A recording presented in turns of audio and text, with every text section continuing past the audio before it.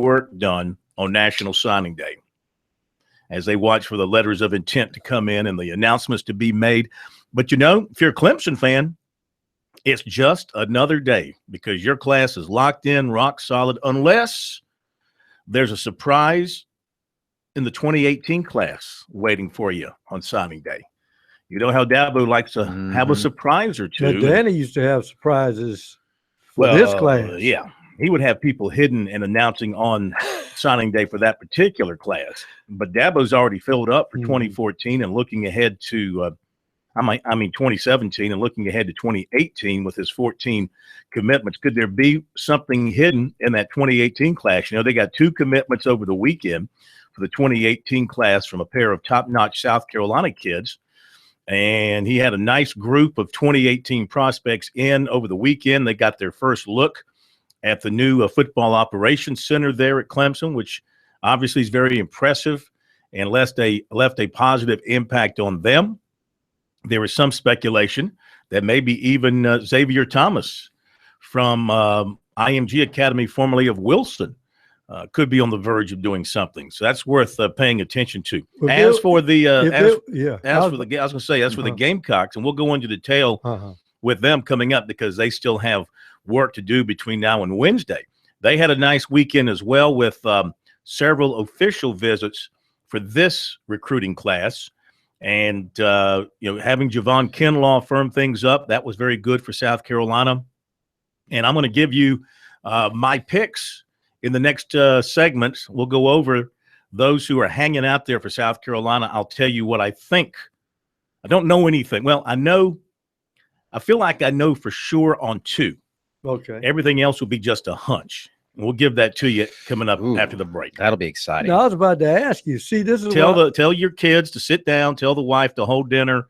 If you're running an errand, get it done in the next 5 minutes. No, the wife is already at the women's game.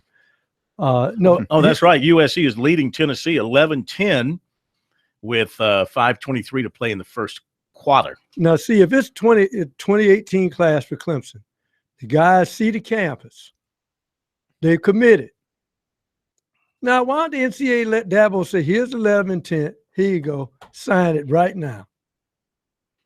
Because that's against the rules. Well, see, they don't have that in the process. If they've committed, here, sign it. Well, that's something you could do if you revamp the recruiting process. Now, could those, as I have thought of. Those 2018 players, they can't even sign the scholarship papers yet, can they? No. Like some of them. No, they're still juniors in high school. Yeah. So they have a little ways to go. But as you know, with Clemson, when they get a commitment, it's usually lockdown city. Now, the Josh Belk commitment caught everybody by surprise. Nobody saw that coming except maybe the Clemson staff. I don't know if they saw it coming. That was thought to be a really tight recruiting battle between South Carolina and Clemson for the months to come. And I don't know that as far as South Carolina is concerned, I'm sure they're going to continue to try to recruit him, as will others. Now, it just depends on how strong he is with his Clemson commitment.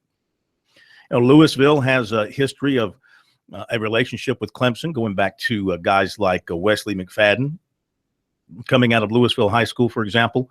And I don't know if that, has a factor here, but he made several visits to South Carolina. He made several visits to Clemson as well, and just decided on Sunday to go ahead and make his commitment public to the Tigers, which was really kind of a surprise. So I think that one will still bear watching moving forward, since it was going to be South Carolina was heavily after him. The other one was pretty much a foregone conclusion. The defensive back from South Point was long thought to be a strong Clemson lean. The question there is exactly what position will he play? He is a quarterback in high school.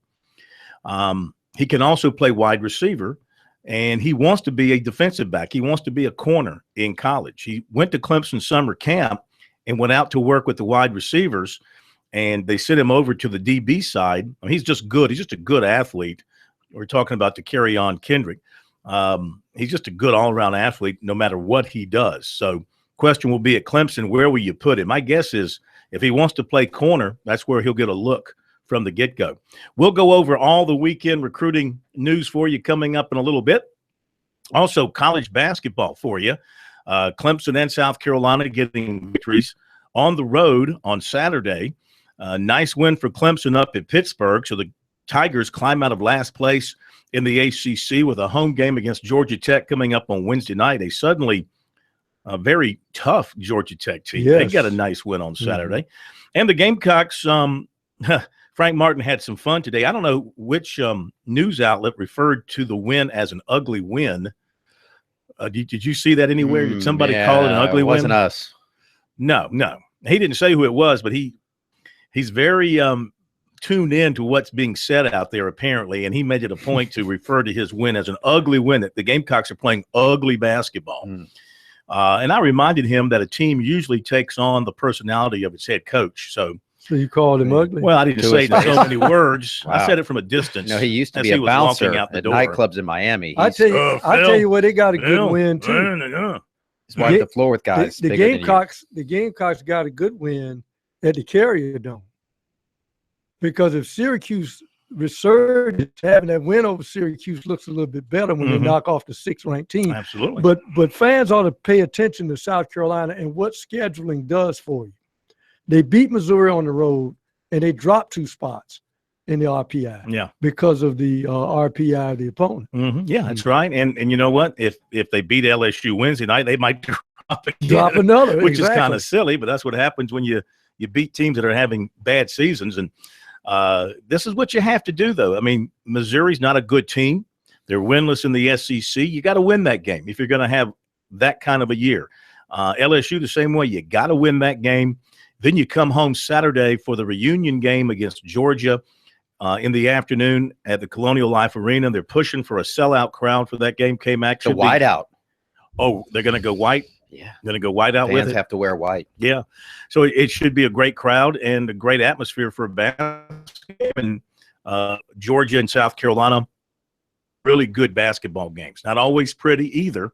They're ragged, knocked down, physical kind of games that typically go to the last 5 minutes. Yeah, and I know Frank Martin is very defensive, because I asked him a question about grinding out a win against Florida, and he didn't even like that term, and I got about a 3-minute response where he asked me 4 or 5 questions in the middle of his response. But the bottom line is South Carolina went to the first media timeout against Missouri without a basket. Yeah. You don't score for 4 minutes. People start noticing those sorts of things. And as he pointed out after the game, yeah, we've done that a few times this season, and he wants to address that. They get after it defensively, so they make other teams have a hard time scoring. And I don't think it's unpleasant to watch. I like watching teams get after it. I like the physical style of play. So I don't think it's a bad brand of basketball, but it's not spread the court Golden State Warriors, shoot a bunch of threes and have a bunch of fun. If you're going to win, you have to have guys like Felder come off the bench and give you a shot. And he did just that. Yeah. USC women up 21-14 in the first quarter over Tennessee. Back in a moment.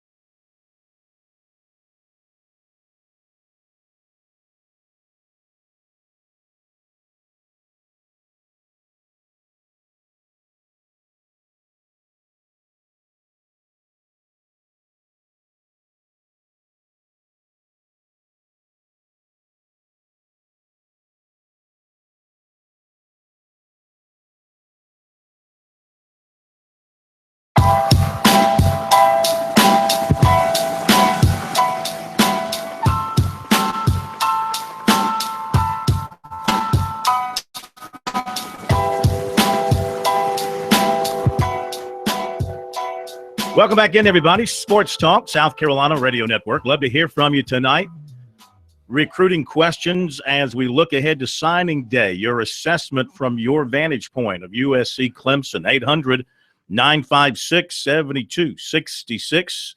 Email talkback at sportstalksc.com.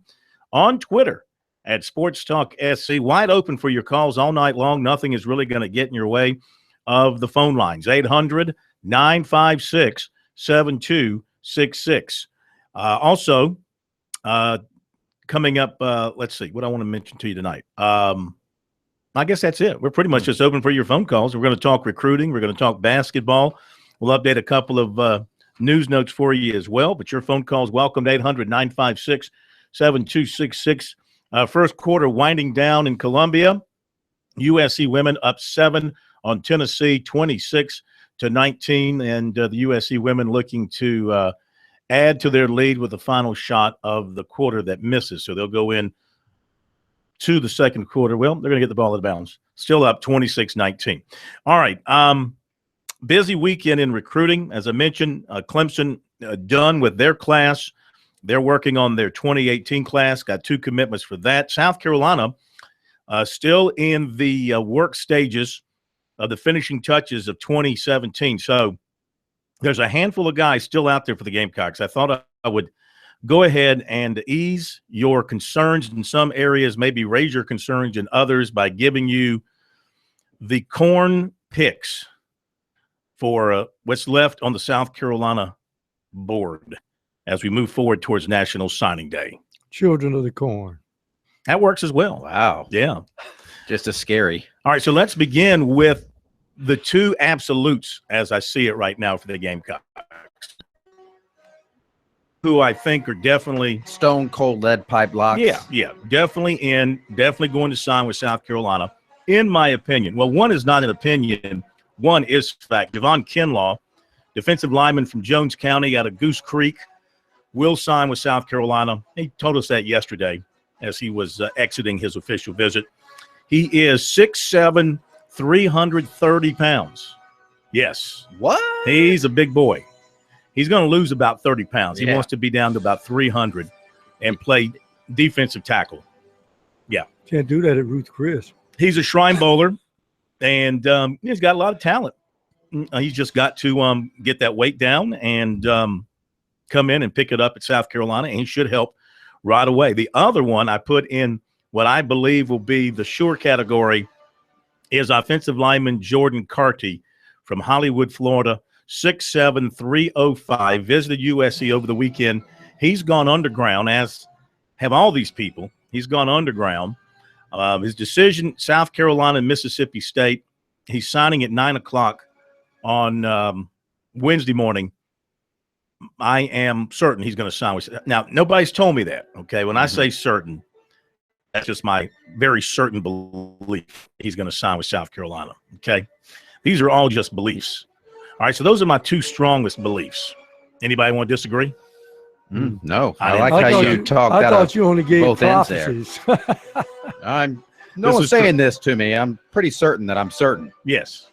I don't know this for fact. The only one I know for fact Just feels right. is Kinlaw. Okay, I know that for fact. The others, I'm just going on 35 years of recruiting prowess. Okay, that's what I'm going on here. All right, let's go to the next level. The ones I think are real good possibilities for South Carolina at this point. I think Aaron Sterling is a real good possibility to sign with South Carolina. Defensive end out of Tucker, Georgia. Good-looking kid to see him in person. Had a real good visit to South Carolina over the weekend. A former Alabama commit. Would this count as flipping one from Alabama? Can they do that? Even though he's been decommitted for months. Can they call this a can't flip? call that a No. flip. Technically, you can't call it a flip. No. Well, if he's good enough to at one point be committed to Alabama, I mean, that says something about how good he is. It's South Carolina, Tennessee. Now, Tennessee is, still in there pretty strong with him as well, but the Gamecocks have recruited him extremely hard. I liked his body language yesterday. Okay. I like the way that he talked to us yesterday. Though he didn't tip his hand. I'm just going again on a hunch. I think they get him. Okay. The next one I think that they will get, and I'm really kind of flying in the dark here to some degree because he's gone underground. I think they get Devontae Wyatt, defensive end out of Decatur, Georgia. I know he's been once committed to South Carolina, once committed to Georgia, 50-50 between the two of them most recently, coming off a visit to Florida. I've seen nothing about him since the weekend visit. Like I said, he's gone underground. But he said some things last time I talked to him. He liked his South Carolina visit more than the Georgia visit. He felt like he was needed more at South Carolina. There was a better chance for him to play there. I think he goes with South Carolina. Also, Jamias Williams. Uh-oh, here it comes. Wow, that was You like that, huh? The Sports dramatic. Talk Orchestra right on cue. Jamias Where'd you Williams. find these guys? They were working for the Salvation Army. Wow. And since it's not holiday time, they Doing a came good over job. here. Thought they just ring bells. Jamias Williams, defensive back out of Loganville, Georgia. It seems like everybody thinks the Gamecocks class hinges on Jamias Williams. Well, he's important. There's no doubt about it. He's an important player. Might not even play defensive back. Might end up playing slot receiver at the end of the day. He's really special with the ball in his hands. He had his visit this weekend. I'm going on two theories that he's going to sign with South Carolina, even though I've got some people telling me that there's people in Loganville saying otherwise. So I'm kind of going against what I hear, going on what I feel. Corn gut. Yes, I'm going on what I feel against what I hear. Who needs facts when you got feelings? Well, but who knows if the facts are the facts? That's true. When it comes to this there's stuff, alternate facts. there's no such thing as facts when it comes to the last Very days of true. recruiting. There's no such thing as, because you don't know who's telling you the truth and who's not telling you the truth. Facts are different for different people. Right. So, first of all, Jamias was, we saw him yesterday and his dad. In fact, we'll hear from his dad coming up in a little bit, J.J. Williams. He didn't talk to the media except to say he had a good visit. But again, I liked his body language. And I also like the fact that Muschamp came to the hotel after everybody else had left, player-wise, to see Jamias Williams and his family off. He came in from his estate out there at Lake Murray, about 20, 25-mile ride, came into the Hilton and saw them off, gave them a personal goodbye. So I think they did everything they could to win everybody over. Not that they maybe had to do a whole lot because they already have his commitment once. He already has seen stuff at South Carolina and built a relationship with the people at South Carolina that he likes. Now, the other thing that drives me here is the fact that he has said he wants to get out of Georgia. He wants to leave Athens to go to college. And I think he's put up a front in Athens to kind of keep it calm there until signing day when he signs with South Carolina. It's just my gut. Just what I think. Hmm. All right, as far as So you're calling him a Gamecock, cock lock. you can call him that if you want to, Okay. K-Mac.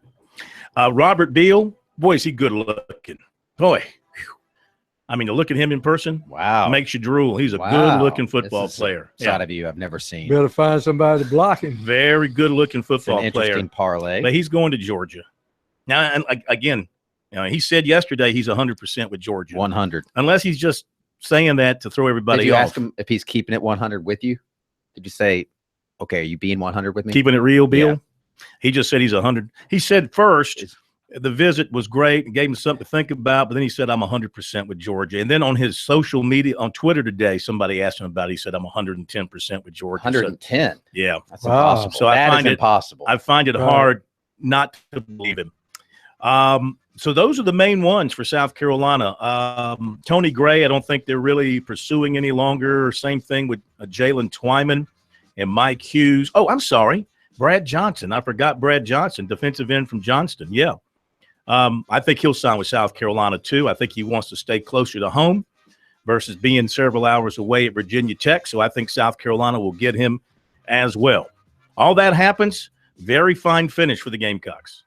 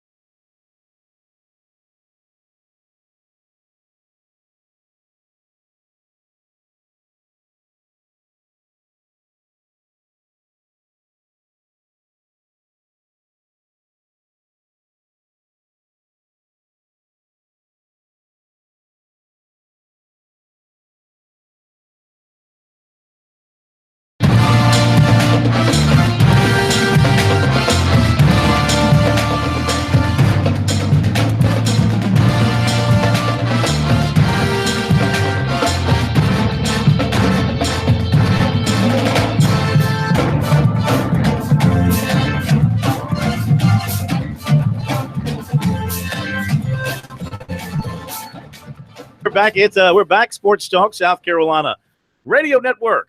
Monday night, downtown Columbia, Main Street.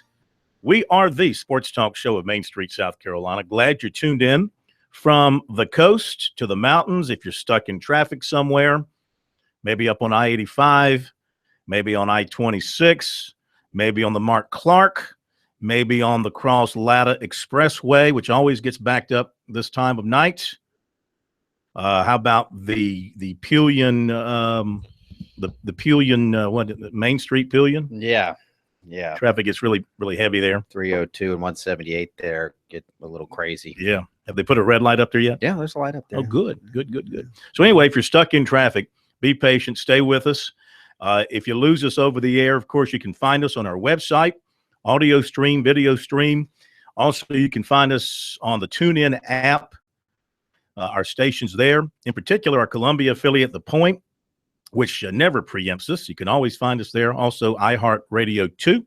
So awful lot of ways to find us should you lose us over the airwaves. Before we get to your phone calls, we did have a chance yesterday to talk with J.J. Williams. That's the father of Jemias Williams. A group of us did.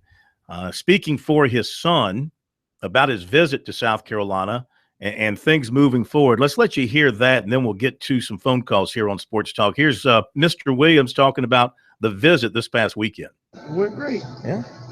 Went great. I mean, decision day is looming, and there's lots of suspicion going on. But at the end of the day, both schools are sitting pretty, and it's just going to come down to who we feel as a family going to benefit more from. A lot of different perspectives when it comes to football. Relationships are important. I saw the other night at that award ceremony, you told guys, if it was signing day today, it'd be Georgia. Right. If it was signing day today, it'd be what? It'd be even. It'd be 50-50. Is that right? And the reason I said that was just because we planned this trip on purpose to be at the end. Because all along it's been South Carolina's to lose. And it still remains like that. South Carolina lose going into signing day. So That they're losing? no, it's South Carolina to Yeah, right. I got you. You know what I'm saying? Yeah. So What do you think stood out from your conversations with him? What do you think kind of stood out the most with who? with Jemias? What kind of stood out the most to him? Well, we hadn't really talked about it. See, that's the thing about it. We're gonna come enjoy this weekend, see what they have to offer. We've been up here a few times, a lot of times, and next couple of days we're gonna talk about it, and he's gonna make his final decision. But at the end of the day, it's his choice. He's got to be happy. But I can tell you this: he really enjoyed his time up here this weekend. So I think it's a pretty good weekend. When did Georgia really start pushing hard for Jemias? Put like this, they never stopped. So a lot of folks, it's put like this. In recruiting, all in the state, you try to win your state. You got to win your state. So at the end of the day, he's just making a push to keep the best kids in state. And that's what Kirby's doing. Great coach. I mean, no more respect for him, And I wouldn't mind my son playing for him. I mean, but at the end of the day, they never stopped recruiting them, but it picked up heavier, I would say, after the Under Armour. I mean, I think that's a fair assessment. Is he coming in here or is he? I didn't hear you. Is Jemias coming in? No, he stepped out. He'll be back about 1:45. Okay. Be back in here 1:40. Yeah, because we're taking off at 2. Taking off. You leaving at 2? Yeah. Think he'll talk to us? I doubt it. I doubt it. Never hurts to ask. Yeah, I doubt it. Never hurts to I doubt ask. it. So what's the process from here for you guys now? What are y'all going to do? Just sit down as a family. I mean, it's just me and him in the household, so we'll just talk about it. Weigh our pros, weigh the cons, and, make the right decision for him. What was South Carolina's pitch as far as how they would use him? Nickel, definitely return guy. Nickel, inside, outside. Kind of like Tyrann Mathieu guy. You know what I'm saying? Matthew guy. Sort of that little short guy that plays in the slot. Play the slot, play the nickel, punt return. Special team. Was it the same way with Georgia? Or Definitely the same way. Nickel You guy. say play the slot, guy. you mean playing some on offense? No. Play Covering defense, the slot. Did Playing he the talk nickel. about him playing on offense? A little bit.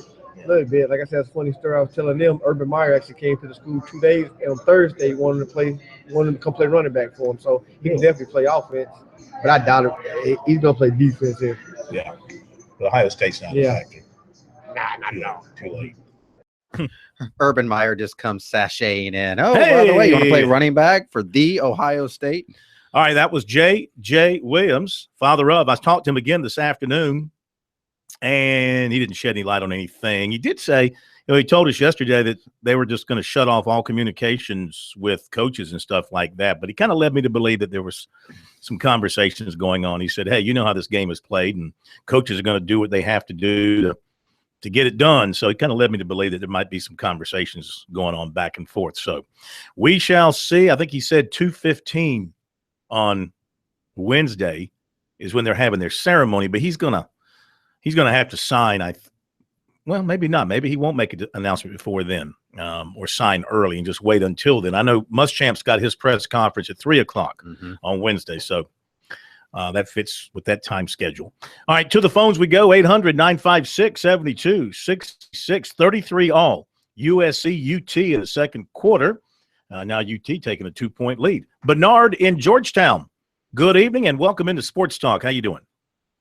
How's it going, guys? Everybody all right? Yeah, man. How you doing? I'm doing great. Thanks so much. Sure. I just had a couple of quick questions. Anything on Darius Douglas from Berkeley High School and anything else on some other kids from Berkeley County, period, and anything on South Carolina State and what we have coming in this year? We desperately need a quarterback for one thing, from what I can see. We lost our quarterback last year. Mm-hmm. He transferred. And just to throw it out there, for those who's not going to watch Duke and Notre Dame on the NBA game tonight, South Carolina State is playing at Howard at 7 p.m. on ESPNU. Hey, before you leave, which quarterback transferred out from State? Caleb York. He did. Yeah. I didn't realize that. Didn't realize that. Yeah. To Campbell. He transferred to Campbell. Okay, so they do have to find themselves a quarterback. I have not let's see, I did run across a single commitment for State the other day. I'll have to look it back up. With the FCS guys, we don't see as much of their commitments as we do the bigger guys. We have to wait till signing day, and then we'll go over the in-state guys that committed to State. As far as down in Berkeley County, over at the kid you mentioned at Berkeley High School, I've not heard anything on him, so I'm totally useless to you from that standpoint. But if I hear something, I'll certainly let you know, but I don't know anything at this particular time. Let's go to Kurt in Atlanta up next here on Sports Talk. Hey, Kurt, how are you? Hi, fine, thank you. I've got a two-pronged Clemson question. The football team next year, I think, may have 9 or 10 wins instead of 12 or 13. I think they're going to have a little downward trend. However, the 2018 class is looking a little better with Trevor Lawrence and what they got from verbal commitments this weekend. Do you think that Clemson will be short-term 9 or 10 wins or less next year and then get better as time goes on? And the second part of my question, Zion Williamson, the 5-star basketball guard, I felt more comfortable about him maybe verbally committing to Clemson. However, now I think that's a long shot. Clemson's program is basketball is kind of going downward. So do you think that he'll be going to other locations or looking at other locations more strongly than Clemson? All right, thank you. First of all, I'm not going to be one who will say Clemson's going to make a big step back to 9 wins, under 10 wins. They've got 6 years in a row of 10 wins or more. Now I got to see how their quarterback situation gets sorted out, because that's going to be so critical. Who replaces Deshaun Watson and how well that person plays. If they are successful in putting in somebody who can keep it going at quarterback, then they're going to be very difficult to beat once again. We'll continue with the answer in a moment.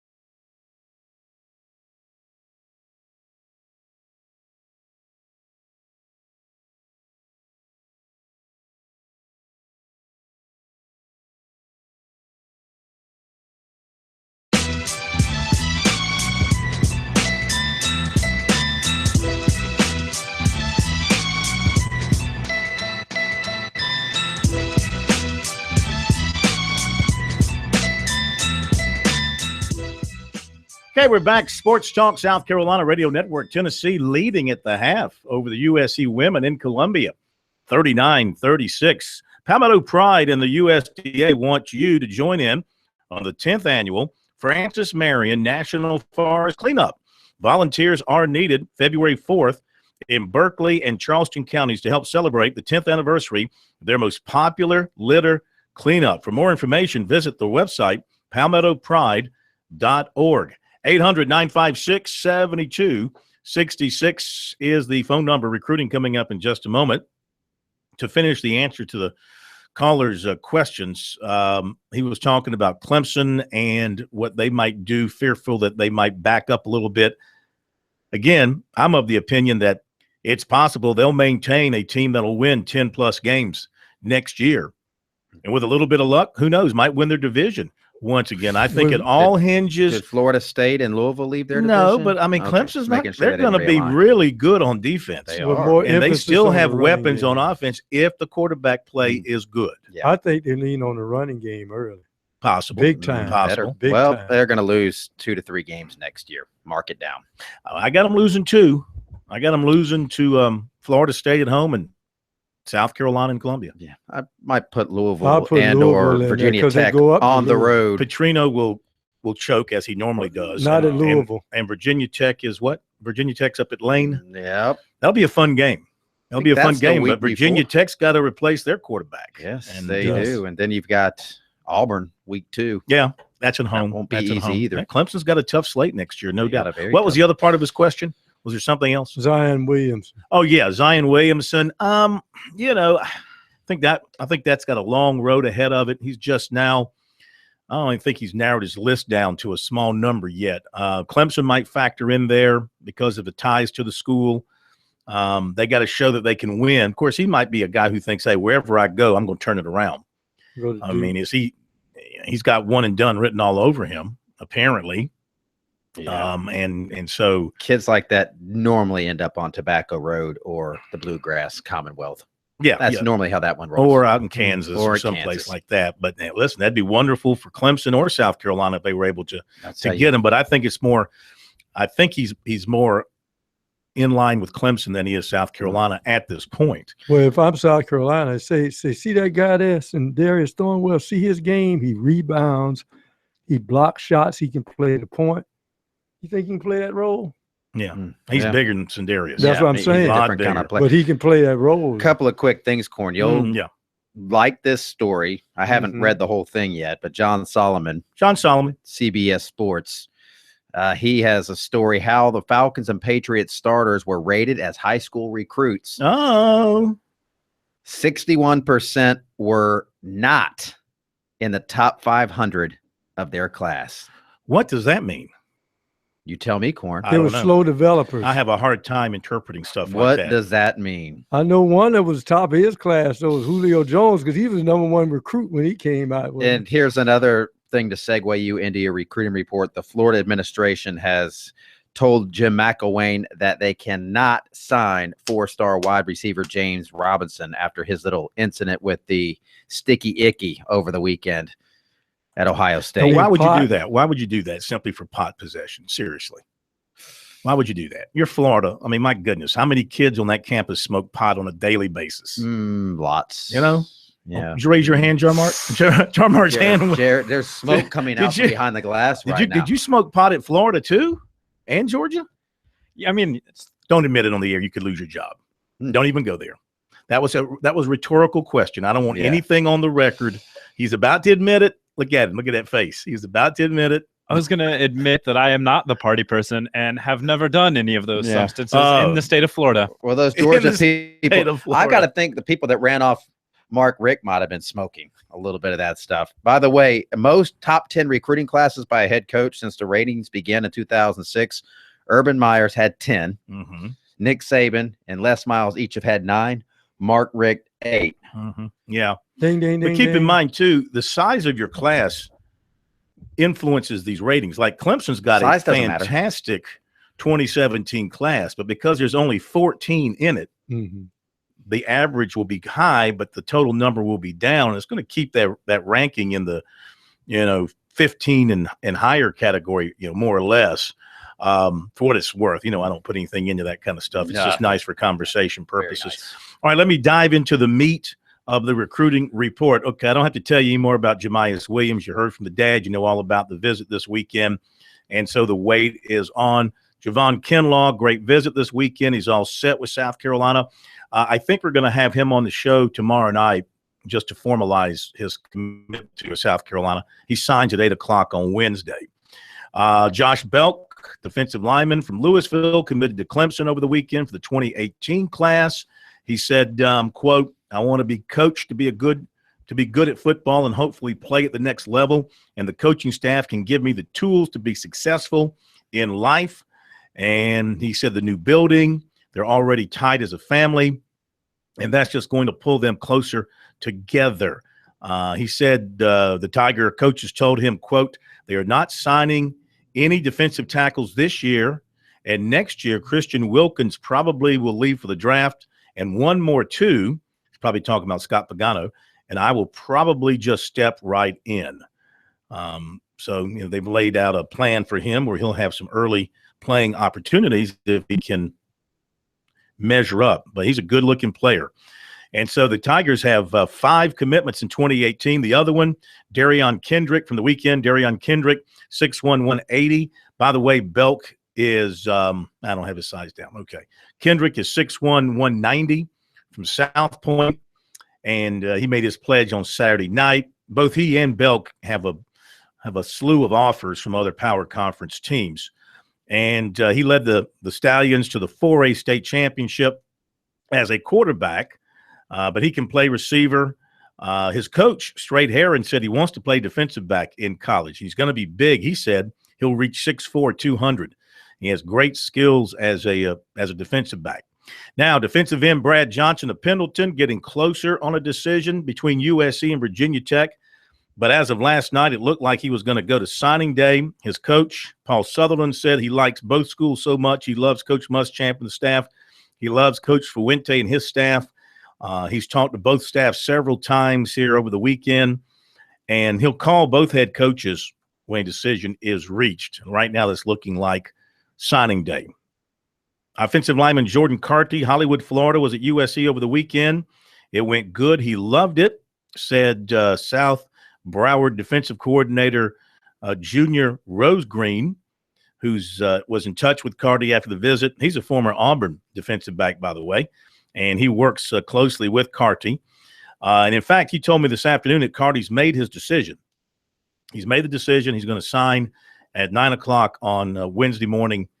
And, again, my projection there is South Carolina. Gamecock Central reported first yesterday that defensive end commit at USC Tyreek Johnson will not sign Wednesday. He will gray shirt due to pending shoulder surgery. So he'll come in with the 2018 class. So that means in terms of numbers, if you also discount, technically, Jemias Williams is a commitment, but in reality, he's not a commitment since he's been considering Georgia as much as South Carolina. So if you subtracted him and Tyreek Johnson, that would put the Gamecocks at 19 going into Wednesday, which would give them room to add 6, including Jemias Williams. USC commitment, defensive back Zay Brown of Athens was in over the weekend. Says he's 100%. He'll sign at 8:15. Offensive lineman Will Webster of Chapin committed to Coastal Carolina. Blythewood tight end Roger Carter committed to Georgia State. Defensive end Robert Beal of Sewanee, Georgia, was at USC over the weekend. He said he's still 100% committed to Georgia, but he did like what he saw at South Carolina. He liked a meeting with Coach Mike Peterson, but he said, asked if anything has really changed with his commitment to Georgia. He replied, not really, but he would be talking with the coaches over the next couple of days. All right, we got much more in recruiting coming up and more of your calls in hour number 2.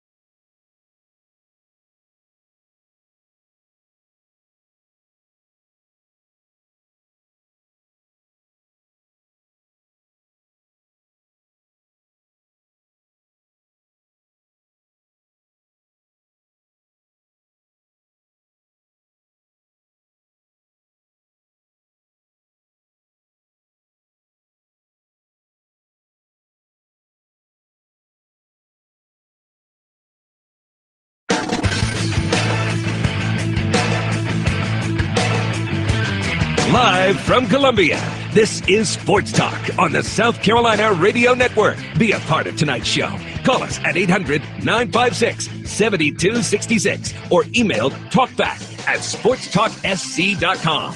Now, here are your hosts for Sports Talk, Phil Kornbluth, Kevin McCrary, and Tom Hayes. Welcome back.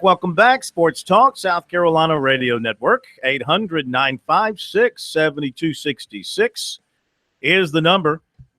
Give us a call. We'll take your phone calls here in hour number 2. More recruiting coming up in a moment. We'll also dive more deeply into basketball coming up. By the way, USC and Tennessee women, 41 all, 7.5 minutes to play third quarter over at the Colonial Life Arena. It was like a big crowd on hand there. Up in South Bend, Duke with the 6-2 lead early on Notre Dame. This week, Clemson at home to Georgia Tech on Wednesday. And South Carolina Wednesday goes to LSU. We'll talk more about basketball coming up in just a little bit. I want to wrap up the recruiting report from the weekend and from today.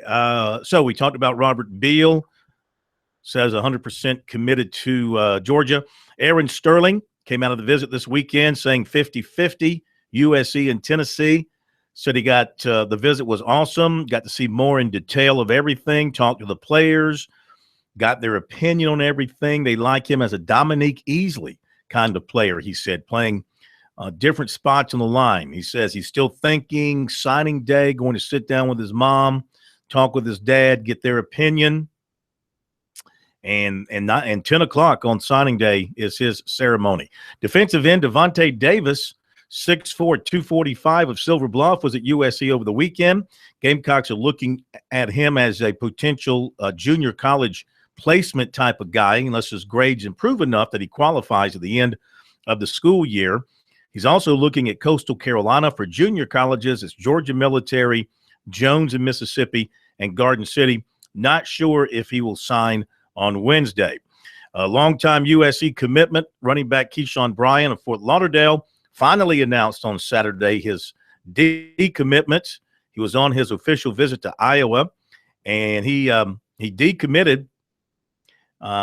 He had talked with South Carolina. Remember, I told you there was still conversation going on between the Gamecocks and Bryan. They were talking to him about gray shirting. And he considered it. But he decided that it was not the best thing for him, so he declined that.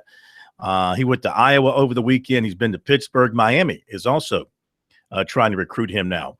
Receiver Jordan Adams, now in Cary, North Carolina, formerly of Blythewood. He was at Clemson Saturday for the junior day, said he loved it. Facilities are mind-blowing, best in the country, as he put it. Enjoyed meeting, spending time with the coaches and academic advisors. He's still considering all the schools recruiting him, and will go to a junior day at North Carolina, where his father is now the defensive line coach. That'll be in March. But he said he's not had contact from South Carolina recently. So the Gamecocks are apparently moving on from him. Linebacker Dax Holyfield, Shelby, North Carolina, was at USC Saturday. USC recruiter Bobby Bentley was out to watch his basketball practice earlier in the week. He just was offered by LSU today. He's made several unofficials to USC. The Gamecocks are high up on his list. He's also planning to go out to Stanford in the next month for an unofficial visit there. Tight end James Mitchell, Big Stone Gap, Virginia, was at Clemson Saturday. Again, liked everything that he saw with the facilities and the campus, and he likes how they use their tight ends. The way they use Jordan Leggett is something that is comfortable with him. He said they're definite one of his top fives. Other offers include Virginia, Virginia Tech, Duke, Vandy, and James Madison. He'll go to Duke for a junior day in February. He's also going to Tennessee. Offensive lineman Trey Hill, 6'4", 325. Warner Robins, Georgia, was at Clemson Saturday. Also was in camp last summer. He liked the new facilities and everything that he saw at Clemson. He likes Coach Caldwell, calls him a great guy on and off the field. He's got nearly 30 offers, and he'll go to Georgia and Florida State in February. USC is also an offer for him. He hopes to get there this spring or summer. As far as liking Georgia or Georgia Tech growing up in the state of Georgia, he said he really isn't a fan of either one. Also at Clemson Saturday, top tight end prospect, Mustafa Muhammad of Missouri City, Texas. First visit to Clemson. He was with his family, loved it, had a great time, loved the new facility, said it really felt like home. He'll be visiting Oklahoma State next month. And, of course, he's got offers from all over the country.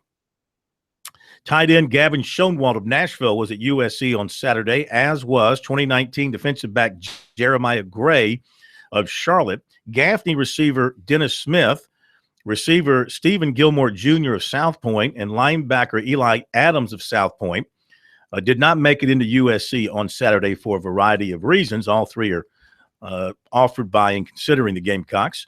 Defensive back Derek Allen of Marietta, Georgia, and defensive back Patrick Surtain of Plantation, Florida, and defensive back Tyson Campbell of Plantation, Florida. They were all at Clemson Saturday.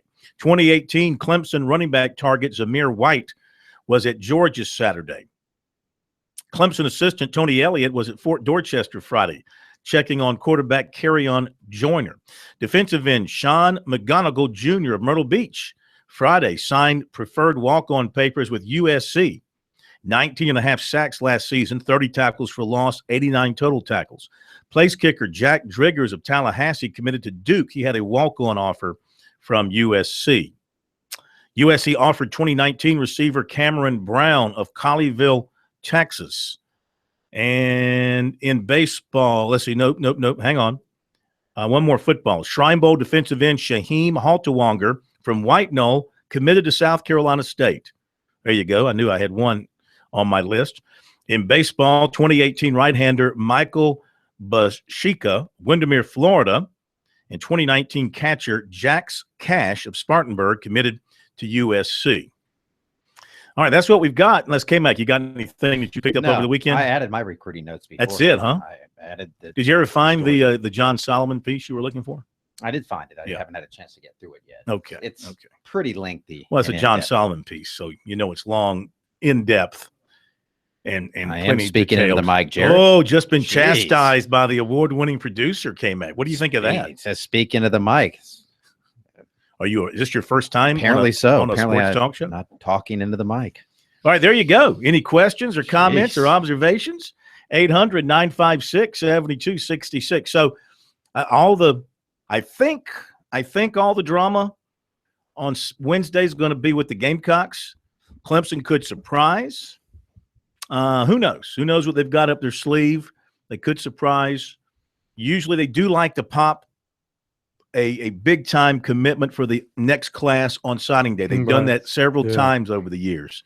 And I don't think anybody's been able to reach Xavier Thomas since his visit to Clemson this past weekend. So he's kind of laying low. But Who just knows? don't take any more visits. I only bring this up because our buddy David Hood of TigerNet, I think he answered a question on his board and, kind of got us thinking that maybe something like that could happen. And he's got good connections up there. So who knows?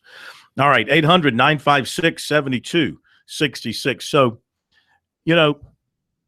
obviously Clemson has a very solid, strong recruiting class, not large in numbers, but high in quality from top to bottom, really.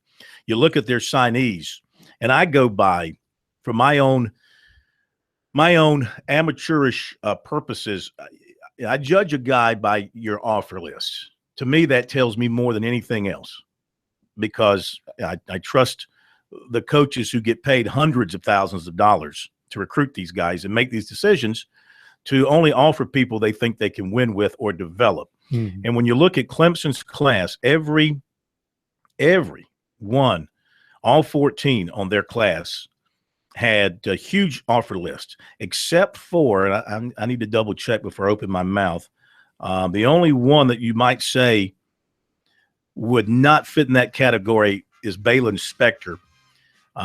He's a legacy recruit at Clemson. So he committed early. His dad was a wide receiver at Clemson back in the late 80s. Georgia Southern offered him. Duke offered him early, but the Clemson was his thing. So he didn't have a chance to really let his offer list build. He could emerge as a quality player at 6'2", 190. The rest of them all very heavily They got recruited. a walk-on and caught 4 touchdown passes in the last championship game.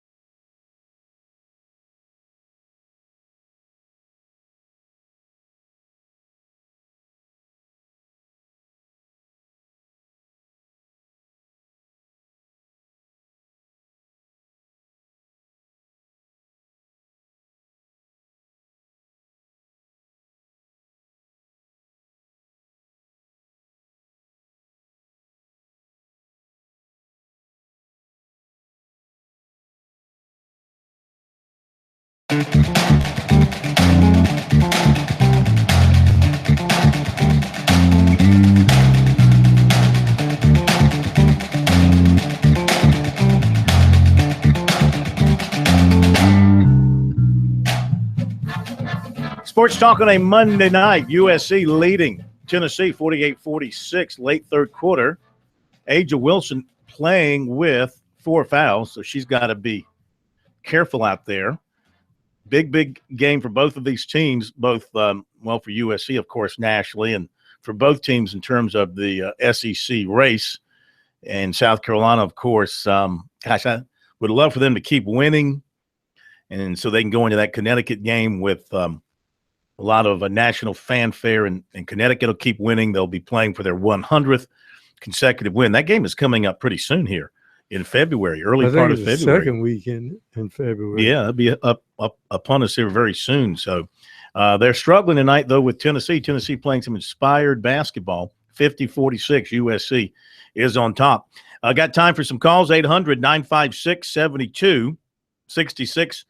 Is the phone number here on Sports Talk. Reach out and touch us. Email talkback@sportstalksc.com and on Twitter @SportsTalkSC. You can also, of course, leave a comment with any of the stories that we post on our website. A lot of you like to do that and get into a give and take with people there on our website, SportsTalkSC.com. I try to avoid reading the comments these days. It's a little wacky. They do. A little goofy. They get right to the edge. No question about it. Basketball polls this week, and Gonzaga moves to number 1. Is that the first time? Have they been number 1 before? I don't think they have. Gonzaga is 1. This is the AP poll. Only undefeated team in major college basketball. Baylor is 2, and Baylor had to come from behind, right? To win. Yes, on Ole Miss Saturday. controlled that game for about 35 minutes of that game. Kansas 3, Villanova 4, Arizona 5. Louisville's playing well, 6. West Virginia, Kentucky at 8. Virginia, which lost a heartbreaker yesterday, 9. And Wisconsin is 10. 19 this week. And Notre Dame is 20. Duke is 21. South Carolina is 20 by the coaches. So they moved up just a little bit. And in the RPI, the Gamecocks 19 this week. Clemson at number 40. Both teams, by Jerry Palm in his bracketology, both USC and Clemson are included in his bracket this week. He has got South Carolina now up to a number 6 seed. He's got the Gamecocks playing. He's got the Gamecocks playing in Heckfire. Where was it? Was it Milwaukee? I think it was Milwaukee. Yeah, he's got the Gamecocks playing in Milwaukee against a number 11 seed coming out of the first round. He's got Clemson as a 10 seed playing St. Mary's in Indianapolis. So the experts has both teams in the tournament. And then you worry about here, I don't know how the thinking goes into all this stuff and how the committee sits down and decides who's going where. I was looking at the field that he projects for the Greenville Regional, and he's got Southern Cal as a number 6 seed in the Greenville, South Carolina Regional.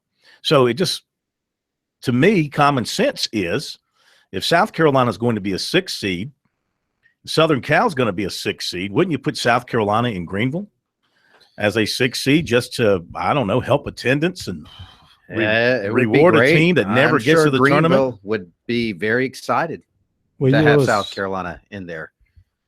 It's funny because ESPN's bracketology has the ultimate Cinderella.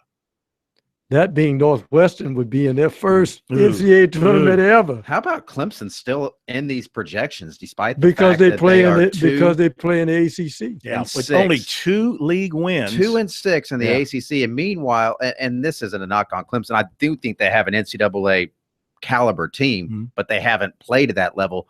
But if you're in the SEC and you lose a game, I mean, South Carolina was on the bubble after they lost at Kentucky. Yeah. They put them on the bubble. Mhm.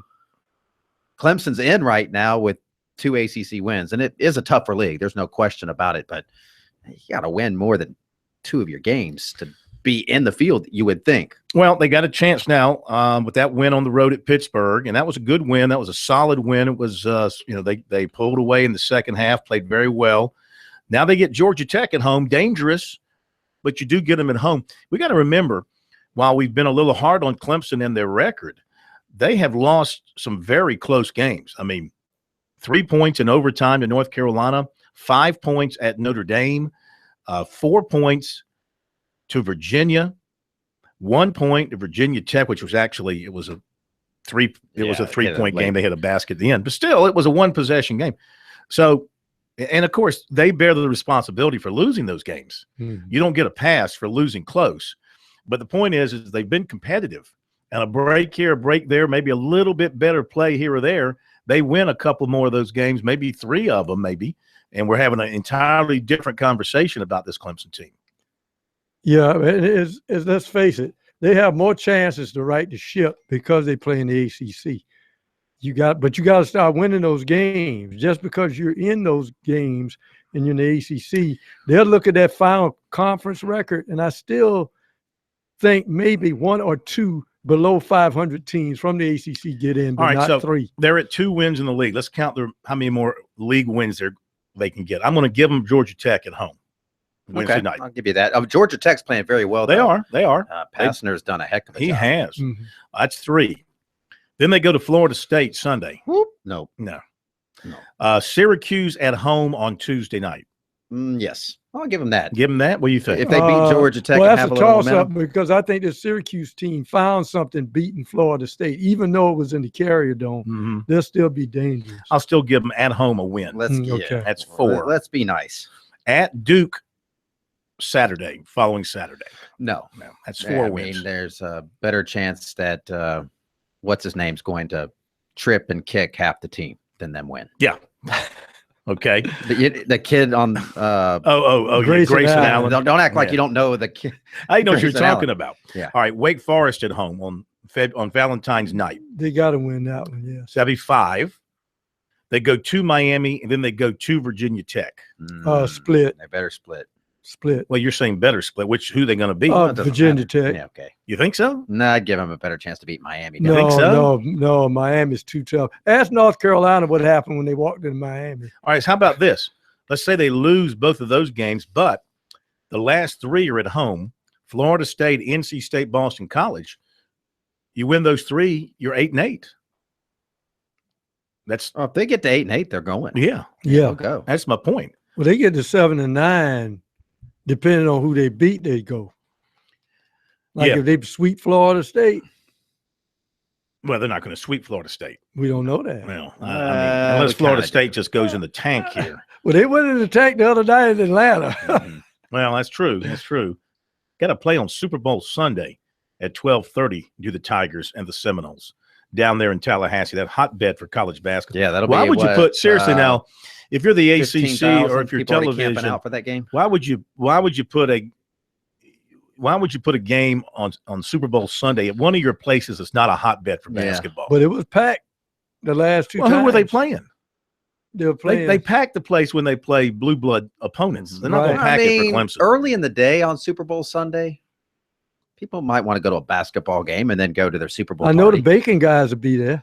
Now, I Dwayne Bacon. doubt it. Dwayne Still, Bacon. if the Tigers name in college if basketball. they win, so basically what I'm saying, win out at home, you're going to finish 8-8 in league play, which should get you in. I would think. Do they have that in them? That remains to be seen. They still have to. They did play, I think, a little bit better defense against Pittsburgh than they had been playing, especially in the second half. Thought they got after them defensively more than some of the other games that they've had recently, where Brownell was upset. Held them to 60 points, and second half. Pittsburgh had 5 field goals in the second half, shot 18%. So they did turn up defensive wick. Pittsburgh is in the tank ever since they got blown out by 50-something against Louisville. Fourth quarter, Lady Vols 54, USC women 53. 9:34 Getting spicy. left. Get a little tight over there at the CLA. Back in a moment.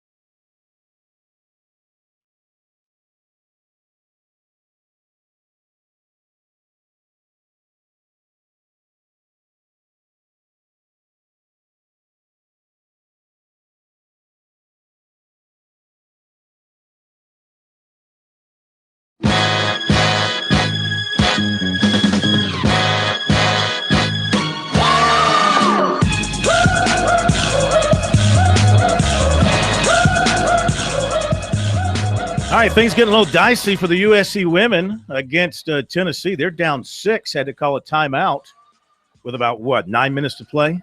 No, about 7 minutes. About 7 minutes to play. 7.5 minutes. Message here on Facebook. You sound like Bill Belichick. I'm not on the snap face. Let's try this again. Message here on Facebook to me from Larry. He says, come on, Phil. I know controversy is good for ratings and at times funny. Please stay off the weed when making predictions. Well, first of all, the only weed I've ever taken inhaled is when I'm cutting my grass and the weeds are flying up in the air and I'm So you never sucking been those at a in. party and had a contact. You probably high. had some secondhand not. in your Yeah, fraternity contact high. days. Some guys were passing it around, and You you, know, probably that were in is, the room. I will admit that's possible. That's possible. You didn't. Oh, he's But how it quickly never- his story changed. No, I no, never no. intentionally smoked It any. never- I might have taken. I'm He gonna didn't say this. inhale. I might have accidentally. The paper fiber of a roach never crossed my lips. Okay, all right, put it to you that way. Sure. And didn't have anything blown at me. He didn't say either, anything okay? about bong hits, did he? No, nothing about that. See, Yeah, here's Jarmart, Mr. Purity over here, dropping all the lingo on us. Corn's like about now drug- edibles. That's a drug whole use. nother story. That's not really drugs. Everybody knows that. All right, let's hey, this will be exciting. We got the Super Bowl coming up. By the way, the poll question on our website this week is who will win Super Bowl 51, also known as LI. Right now, 68% are saying the Falcons You lie. will beat the Patriots. Let's welcome in our good friend Bob Iback. When Bob is with us, you know we've got something to give you. Hey, when are we getting those Clemson footballs? I'll tell you what, they're being made as we speak. Uh-huh. They'll be there in several weeks. We did just a terrific job. I can't thank you and your audience enough for all the money that we raised for Extra Yard for Teachers and that charity thing. And what a great game that was. I'm still, when I see highlights of that occasionally the last week or two, I still get a special tingle in my hands just watching that thing. 1 second to go to go ahead. I mean, that's the kind of thing dreams are made of, huh? Yeah, oh yeah. We should have been there in person, man. It was an unbelievable scene, setting, and the fact that the people involved, highly touted, highly recruited quarterback throwing to a walk-on receiver to make the catch. It was just one of those Cinderella moments in college football. And now it's interesting you say that because I went back and after Clemson won that game and looked at just the last year. Think about this a second. Villanova pulled off a stunner to win the national championship in basketball last April. First time since 1985 that the Wildcats had won. Then you get my old team, the Chicago Cubs, who I was with for 10 years. They win the World Series after a 108-year drought. Earlier in June, you get LeBron James delivering the Cavaliers their first ever championship in the NBA, and the first time since 1964 that a Cleveland pro team had won. Then you get Clemson winning after 35 years. So when I saw the Atlanta Falcons getting in the hunt during the playoffs, and then they whipped up on Seattle and then beat Green Bay, I thought to myself, uh-oh. Here comes another one because another drought's going to end. The Falcons had never obviously won the Super Bowl. Only been there once in 98 when they Super Bowl 33 when they lost to Elway. And I thought, okay, they're the team of destiny. I mean, it's almost like in the cards now. All these droughts are ending in various sports, and now Atlanta comes up on Sunday and down in Houston going up against New England. Let me throw one more in there. Coastal Carolina winning the baseball national championship. You know what? That is so true. That is so true. Yeah. There's another one. I mean, it's just been, you go back and look in the last year, all these teams that came from nowhere or who had either never won something or hadn't won in such a long time, and all of a sudden, all these teams are becoming champions. Yeah. That's a great year for that. Great year. And now to the Super Duper Bowl, and you've got another wonderful charity you're representing with the same concept. Really, this is my favorite year, I have to say, because I was with the Cubs for 10 years, and I actually saw the first wish ever granted to a young boy who was about 8 years old. He wanted to be a police officer for the day, and that's when Make-A-Wish started back in 1980 out in Arizona, where the Cubs trained. We were in Mesa, And I remember that, and I've been part of some of the wishes over the years, working with Dick Vitale on some of these in college basketball that we've gone to fulfill wishes for youngsters. And if you can see the power of a wish and what it does, not only to a young boy or girl, but to their family, it is powerful. It brings you to your knees.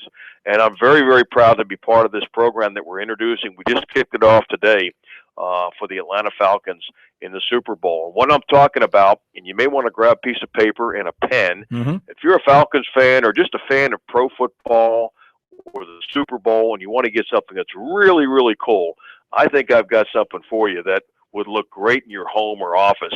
It's a full-size Rawlings football. Only 5,000 are ever going to be made.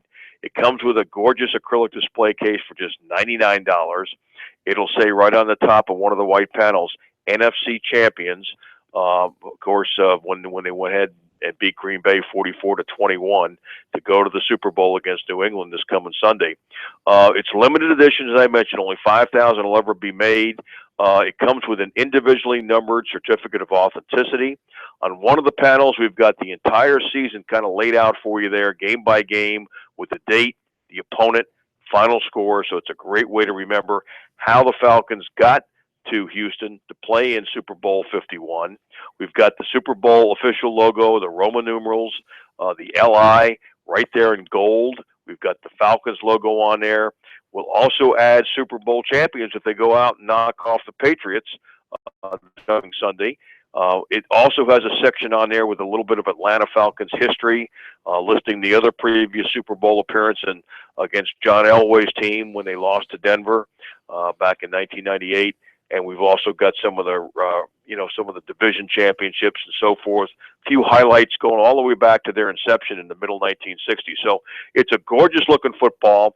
If you're a Falcons fan, it's a must-have. Even if you're not, if you're just a Super Bowl fan or a fan of the NFL, this is really a cool thing. And only 5,000 ever going to be made to raise monies for kids who have some life-threatening illnesses. So it will help out a lot of cool Make-A-Wish kids throughout the state of South Carolina and Georgia, right, that whole area. So if you'd like to get this for $99 with the display case, you can call this evening, 1-800-345-2868. That's toll free, 1-800-345-2868, or simply go right to the website. You can see the Falcons Super Bowl football there at NICOsports.com, NIKCO sports.com. And somebody asked me earlier, what happened to the Patriots Super Bowl football? Well, one thing, we're still using pumps to pump these footballs up, so it's taking a little longer. and then, because quite honestly, they've been there, they've won 4 times. Most of the New England Patriots fans are only going to go ahead and want a football if they win this game. And I've told people, check back if they do pull off the game on Sunday and Brady comes through and he has to give the commissioner a deflated football. I'm waiting for that ceremony. Man, goodness. You're on fire.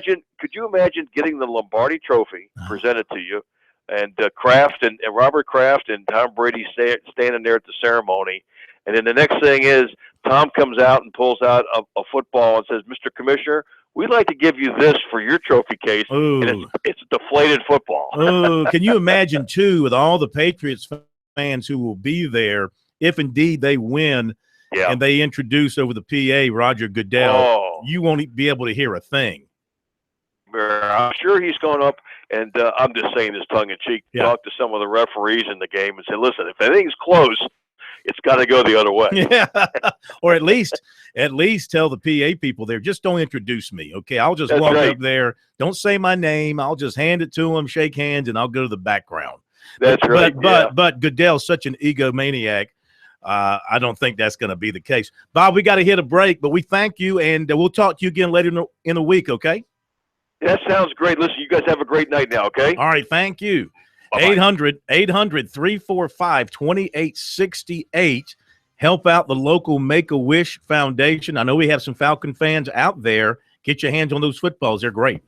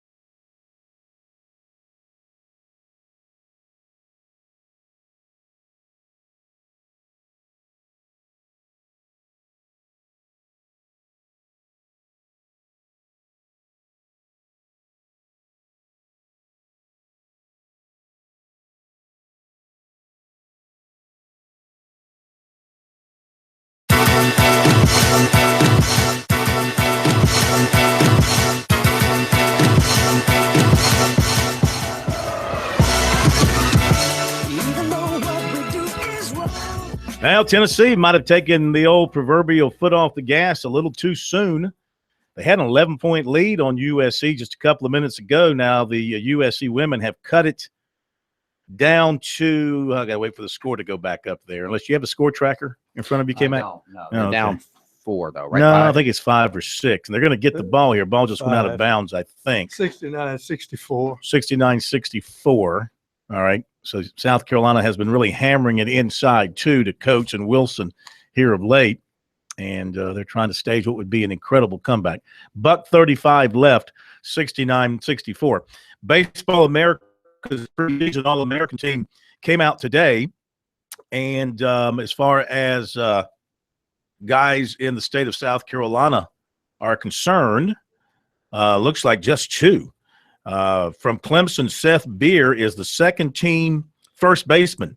Got to get used to him being called a first baseman. And from South Carolina on the third team is starting pitcher Will Crow. That's from the Baseball America preseason All-American team. These players were selected by Major League Baseball scouts around the country. Some Super Bowl props courtesy of the Bovada Sportsbook in Las Vegas. A lot of different props here. In fact, Jimmy Shapiro, who is the PR guy for Bovada, who sends us all this stuff, Mm-hmm. he had a little contest where you could enter your own prop. He asked me to enter a prop. Mm-hmm. Yeah. So I entered, what was my prop? How many, let's see, was it how many times? Oh, 3-pointer by USC cuts it to 2. How many times or was it, will Fox show Tom Brady thanking his family after the AFC Championship game and make a point of bringing up Aaron Rodgers' family? Because somebody did that. Somebody suggested that Tom Brady, when he hasn't been interviewed in post games very much this year, apparently. And he went out of his way to thank his parents and his wife and kids and all that in the post game. Somebody made the point that it may have been a shot at Aaron Rodgers, who's estranged from his family. That would be a very Jedi way to take a shot at Aaron Rodgers. Yeah. Hey, I'm going to make fun of you. I don't make and your these strained things up. relationship with your father. Anyway, Las Vegas, come I got a That's letter back. ridiculous. I got a letter back from Mr. Las Vegas. Oh, really? Yeah, there is a Mr. Las Really? Vegas. Didn't Yeah, realize and that. he wanted to invite me to come out and watch the game at the what's it? The Maj. What's it called? What's the casino? Well, there's a bunch of them. Yeah, the casino in Vegas. You know, the I'm one trying that had to the think of the one. machines, the tables. What's you it know, called? It's a lot of lights. No, it's got The MGM Grand. no. That's one of The them. Mirage. The Mirage. Yeah. And stay at. That's why you didn't know what it was. Stay at It New was a York, New York. mirage. Stay up in a penthouse suite, New York, because I was so creative in my suggestion. Anyway, here's a couple of the Super Bowl props from Bovada. I know you're into this, K-Mac. Oh yeah. I What bet will every one of Luke these. Bryan be wearing when he starts singing the national Cowboy hat. anthem? Blue jeans 1 to 2. Any other pants or shorts 3 to 2. Oh, Tennessee just Mhm. scored. Start 4. Will any player on the Falcons or Patriots roster be seen kneeling during the national anthem on TV during live broadcast? Yes is 3 to 2. No is 1 to 2. Somebody probably. How many times will Trump be said on TV during broadcast? Over, under 1.5. Yeah. Why would he come up? Because he's friends of Belichick and Brady. Yeah, but still. How many times will Let's see. Cassell Support somebody be in the middle shown of on the TV during the broadcast? The over is 1.5. Over under is 1.5. What color will the liquid be that is poured on the winning coach? Clear 3 to 1, lime green 3 to 1, orange 3 to 1, yellow 3 to 1. Red. Who will the Super Bowl MVP mention first? God 2 to 1, teammates 2 to 1, coach 9 to 1, family 9 to 1. What if he says Jesus? Does that count? Does that fall under Yes. the whole Yes. You think so? Probably so. That's God / Jesus. What the will whole Holy Trinity's covered in that bed? What color will Lady Gaga's hair be when she comes on the stage for the halftime show? White. Blonde 1 to 4, Any other color, 5-2. Now some serious stuff. Total team points for the Atlanta Falcons over under 27.5. It's kind of low, isn't it? Yes, because they've averaged over 30. Because they respect people are respecting the Patriots defense. Total team points for the Patriots over under is 30.5. Will the opening kickoff result in a touchback? Yeah. Yes, minus 200. On the money line, no is plus 160. So anyway, just some of the props that you can wager on for the upcoming Super Bowl. All right, what's the score now? USC and Tennessee? Down by 4. Down by 4. With about 45 seconds to go. 45 seconds to go. Okay, quite a finish. Tomorrow night, of course, is signing night eve here on Sports Talk. We'll bring you the latest that we're hearing leading up to signing day. I don't know how much new stuff we'll have because, I mean, the players, they've not only gone underground, they've gone Area 51 on everybody. I mean, you don't even know they exist. Don't even know they exist anymore. And we'll see how it plays out. You know what Clemson's going to get unless there's a surprise for either the 18 class or the 17 class. Not expecting anything for the 17 class because they have filled up all their available spots. Now there's something could pop for the 18 class. South Carolina's the one that's got a chance to have an exciting day. If it pans out the way I think it will, guys, then Will Muschamp will wear the hat of closer very proudly. It's been kind of a roller coaster kind of recruiting year for them. They've had what? All total, I think they've had 8 decommitments. Some that they encouraged, and others, did it on their own. Most of which they really could have used. Yeah, probably so. You go back and look at the guys that decommitted. But have you turned to ESPNU to see all the decommitments from every school? Well, I know that John Whittle was showing me that 247 is trying to keep up with all the decommitments in this class. It's been almost like 600. Yeah. Been almost like 600 decommitments. But, if they finish with Williams and they finish with Wyatt and they finish with Johnson and they finish with Sterling and they finish with Katie, that's pretty good. That's a pretty good finish for them, and it really fits their needs. And Kinlaw, of course, Kinlaw is automatic. We got Kinlaw in there. They finish with a good-looking class. It's a class. Again, I go back to offers and things like that. There's a couple of guys in here that were not heavily recruited, to be perfectly frank. Zay Brown was not heavily recruited. Arkansas State, really the only other school that he looked at and visited. They have to get Keyshawn Nixon into school. So that's an academic thing they're still waiting on. Devon Bowen was not heavily recruited. Jay Urich really wasn't that heavily recruited. Tennessee offered well after he committed to South Carolina. Who else? There was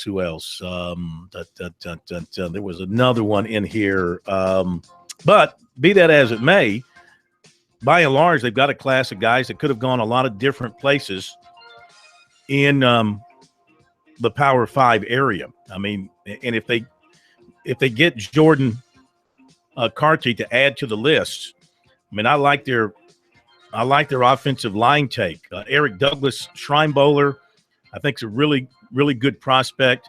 Dennis Daly, Jordan Rhodes, very athletic at tackle. Carlate should be a very solid guard for him inside, I think.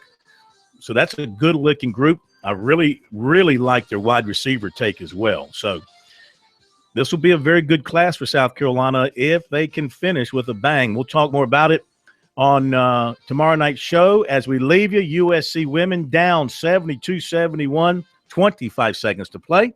Have a great night, everybody. We'll see you tomorrow.